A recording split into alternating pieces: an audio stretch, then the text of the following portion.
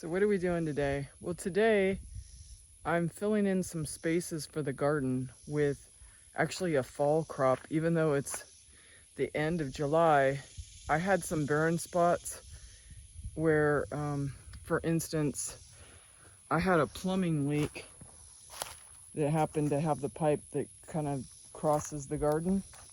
And obviously I put in some new plumbing, but because I had a dig there, I think I disturbed some plants. So I'm gonna go ahead and fill in with kale, radish, and carrot seed. I haven't in the past used the Save Seeder Exchange seeds. I received these from a conference that I went to, and they were kind of part of the swag bag. So that's, I guess, what homesteaders get, and I'm really happy to have them. But I'll also be planting some cauliflower and Swiss chard. These are Mountain Valley seeds out of True Leaf.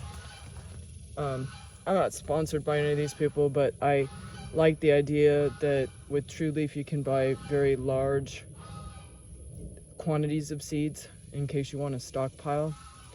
So as you can see, this is my summer garden. I have a bunch of tomatoes and my sage and my yellow squash and some zucchini down there.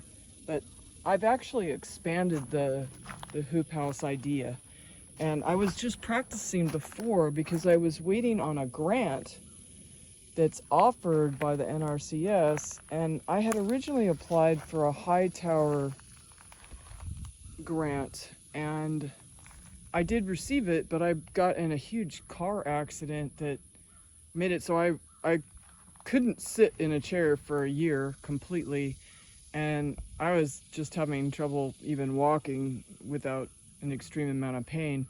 So, you know, I'm still in recovery phase, but you know, it's been some time, so it's just going to be graduate levels of improvement, I hope.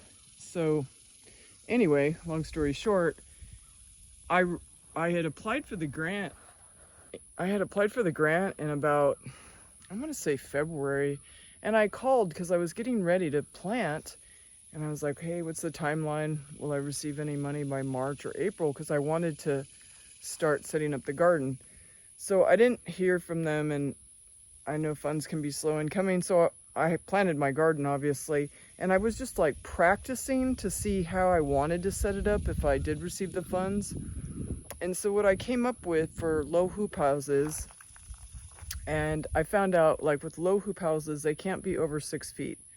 So I'm like 5'8", and I can still walk under them, but you know, I have just a few extra inches, which is fine by me. It actually, by going small, I don't have as much material as far as the plastic or the shade cloth or anything like that. And the large hoop houses have become incredibly expensive, and it's kind of like a massive effort to put them up. And honestly, like in about 3 days of me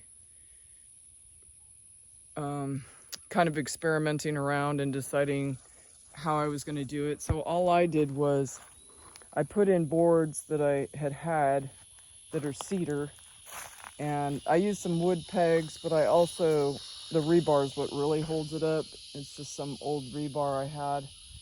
And then I just took cattle panels and I put it between the boards. And those boards, in case you want to do it, are 7.5 feet wide, approximately. And that allows the hoop house to come up about, I'd say 5'9", 5'10". And it works out really well for me.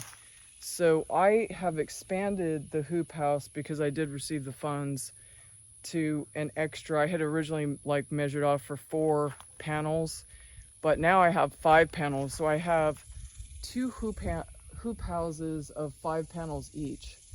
And so each hoop panel or cattle panel is 50 inches and long, and then actually, let's see, it's 50 inches wide and it's 16 feet long.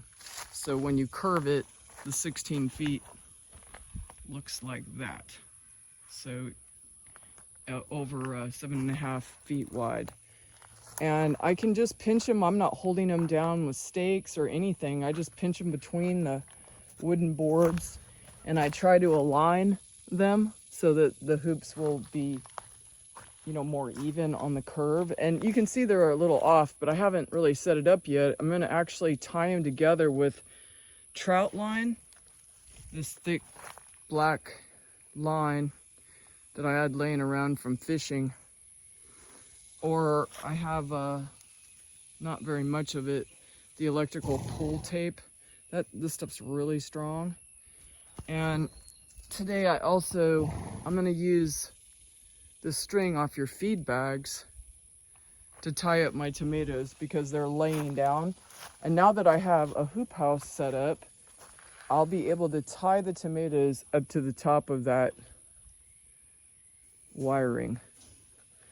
So here in Texas, it's a pilot program, and it's for if you had already established a garden. And the idea being is that it will extend your season. And I know that it will, just because I'll have some shade available and some insulation for the fall to trap some solar energy, and also kind of control the amount of rainfall that hits the hoop house.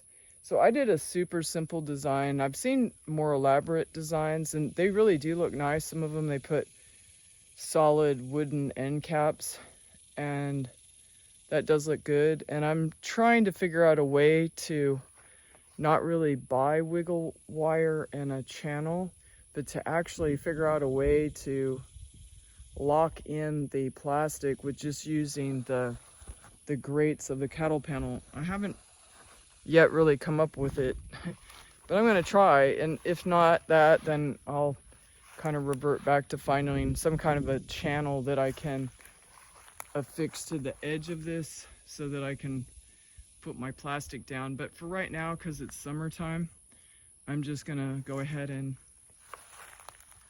put the shade cloth up. So you can see my poor Brussels sprouts, it seems like the geese discovered that they were good eating, so they got demolished, but I think they'll come back, so I water them still. And you can see that because I've expanded the garden because of the grant money, I have to like fill in some gaps because I added another 50 inches on the back. So that's what I'm doing today. It's all in an effort to try to have one meal a day where I've grown everything in it. And I've actually managed to do 2 meals, and my garden really hasn't started. I haven't even gotten a tomato out of it yet. I have tomatoes on the vine, and everything's just blooming right now. I don't have any peppers yet either, but I've had okra and potatoes and onions. So, and then I've foraged for blackberries, and I ate some of that, and clover jam, which tastes literally like honey. So that's kind of a good substitute if your bees aren't producing at that time. So that's what we're doing today. And I would say tend to your gardens and don't lose the effort that you took to originally set them up, because it's kind of like an ongoing process. So don't lose hope. Mine's been real slow to mature. I always seem to be behind everybody, and I don't know why. It seems like I start earlier, but I start with seeds and not with store-bought starter plants, so that could be part of it. And I don't have a greenhouse. So anyway, that's what we're doing today. Have a good day. Bye.